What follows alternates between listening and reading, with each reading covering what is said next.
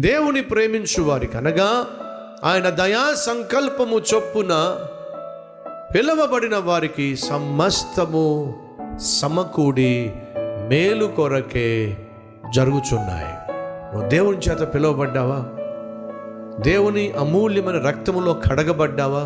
దేవుని బిడ్డగా నువ్వు ముద్రించబడ్డావా?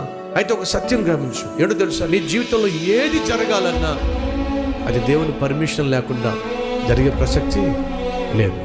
అది నీకు ప్రమాదకరంగా తోచొచ్చు, అది నీకు కష్టతరంగా తోచొచ్చు, అది నీకు ఇబ్బందికరంగా తోచొచ్చు, అది నిన్ను ప్రాణాలు తీసేట్టుగా కనిపించవచ్చు, అది నీకు అన్యాయంగా కనిపించవచ్చు. ఏ విధంగా కనిపించినా సరే నువ్వు దేవుణ్ణి ప్రేమించే వ్యక్తివైతే సమస్తము కూడా సమకూడి నీకు మేలు చేయడానికి జరుగుతుంది.